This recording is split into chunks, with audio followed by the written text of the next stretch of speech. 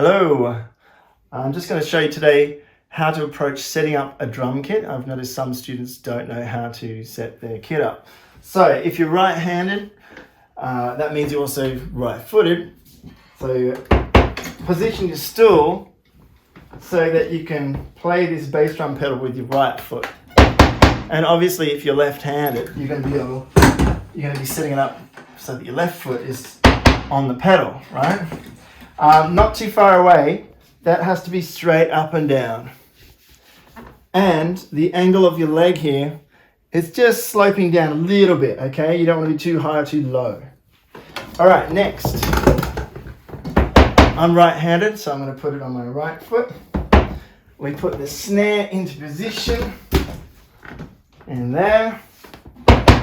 And, okay, this snare has to be the right height for you. You can't have it too low, or see, if it goes below your knees, that's too low.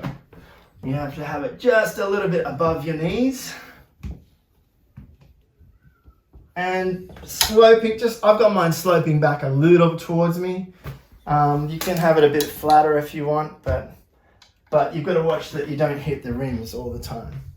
So just play around with that angle till it seems about right. Now I've got the two main things set up. Let's put in the hi-hat foot now. I do it by sight. I do it visually. I want those two pedals shoulder distance apart.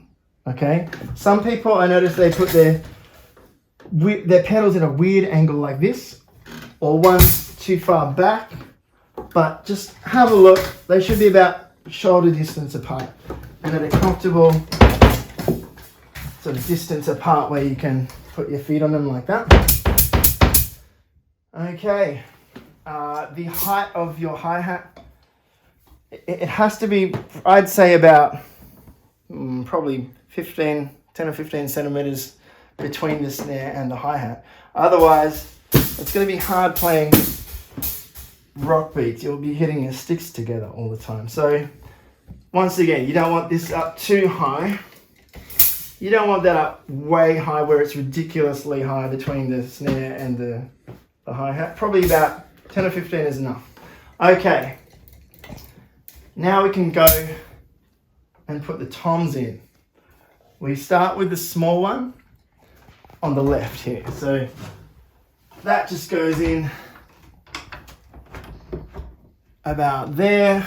I've noticed some people on Zoom lessons have really weird angles, like flat angles that you'll be hitting the rim if you put it like that. So you've got to have it sort of sloping towards you a little bit. Okay. There's the small one. The medium one goes in next. All right, let's just put that in. Once again, it's sort of sloping nicely towards you so you don't hit the rim. And then the floor tom is the large one. So we'll put this in now. Okay, and yeah, just try and adjust the angle of this so it's not, pointing away from you or anything. It's sort of just sloping towards you at a nice sort of gradient going around. Okay. Yeah, so that's, if you're left-handed, by the way, this will all be reversed. You'll have the snare drum over here, then the small tom, the medium tom, the large tom, all right? And the hi-hat will be over on this side. Last of all, we're going to put in the cymbals. Let's start with the ride cymbal. I like to have it just hanging a little bit over this second tom. And just when you play it, it shouldn't hit on the rim, okay? So it's just got to have enough room to sort of swing freely. And you might some people like to put it down above the floor tom, that's okay too. But I like it sort of in front of me, like that. Now, the crash cymbal just goes in there. Make sure you're not covering too much of your tom.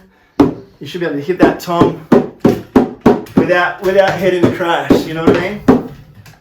So The angle of the crash, it shouldn't be too steep either, because you've got to hit the edge of, see, that's a bad angle. I would put it more flat like this, so you can hit the crash on the edge and make a nice sound. And there you have it. That's how to set up your drum kit.